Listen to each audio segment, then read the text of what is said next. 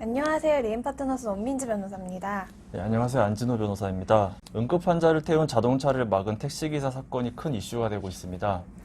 지난 3일에는 청와대 국민청원 게시판에 글이 올라와서 참여자 수가 빠르게 증가하고 있다고 하는데요. 이 택시기사는 어떻게 처벌될지 알아보겠습니다. 당시 상황을 좀 살펴볼까요? 지난달 8일에 오후 3시쯤 서울에서 차선을 변경하던 구급차가 영업용 택시와 충돌을 했습니다. 당시 구급차 안에는 80대 환자가 타고 있었고요. 사고 직후 응급차 기사가 내려서 택시 기사에게 응급 환자가 있으니 병원에 이송한 후에 사고를 해결하겠다라고 했는데도 택시 기사는 응급 환자도 없는데 일부러 사이렌을 켜고 가는 게 아니냐 하면서 한 10여 분 동안 실랑이가 이어졌다고 하는데요. 그리고 이후 이송된 응급 환자가 결국 목숨을 잃었습니다. 정말 안타까운 사건인 것 같아요. 당시 경찰에 의하면 이 사건에는 형법상 업무방해죄만 적용될 것이라고 알려져서 사회적으로 큰 문제가 되었습니다. 근데 사실 구급차를 막아서거나 응급 의료 행위를 방해한 걸로 볼 수도 있지 않을까요? 네, 그렇습니다. 응급 의료 행위를 방해하는 경우에는 5년 이하의 징역 또는 5천만 원 이하의 벌금형에 처해질 수 있는데요. 당시 구급차에는 응급 구조사가 타고 있지는 않았다고 합니다. 그렇지만 최근에는 이 사건에 대한 비난 여론이 거세지자 경찰에서 이 사건을 미필적 고의에 의한 살인으로 볼 수 있는지 다시 수사 중이라고 합니다.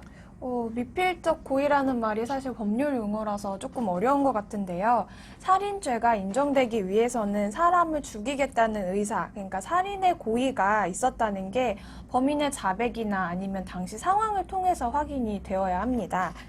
그런데 이 미필적 고의는 명확하게 이 사람을 죽이겠다라고 하는 의사는 아니지만 자신의 어떤 행위로 인하여 다른 사람이 죽을 수도 있다는 것을 알았고 그래도 그 행동을 한 경우에 인정이 됩니다. 이 사건에서는 택시기사가 자신이 응급차를 막아섰고 그 응급차에 위급한 상황의 환자가 타고 있었다는 것을 알고 있어서 자기가 응급차를 막아서면 사람이 죽을 수도 있겠다 라는 거를 알면서도 응급차를 막았다라는 사실이 충분히 입증된다고 하면 살인죄가 인정될 수도 있어 보입니다. 하지만 당시 상황이 녹화된 비디오를 보면 택시기사가 응급 환자가 없는데 일부러 사이렌 켜고 가려는 게 아니냐라고 하고 있기 때문에 응급차를 막을 때 환자가 없거나 응급 상황이 아니라고 생각했던 것 같기도 한데요. 자세한 내용은 수사 결과를 지켜봐야 할 것 같습니다. 네, 정말 안타까운 일이 아닐 수 없습니다.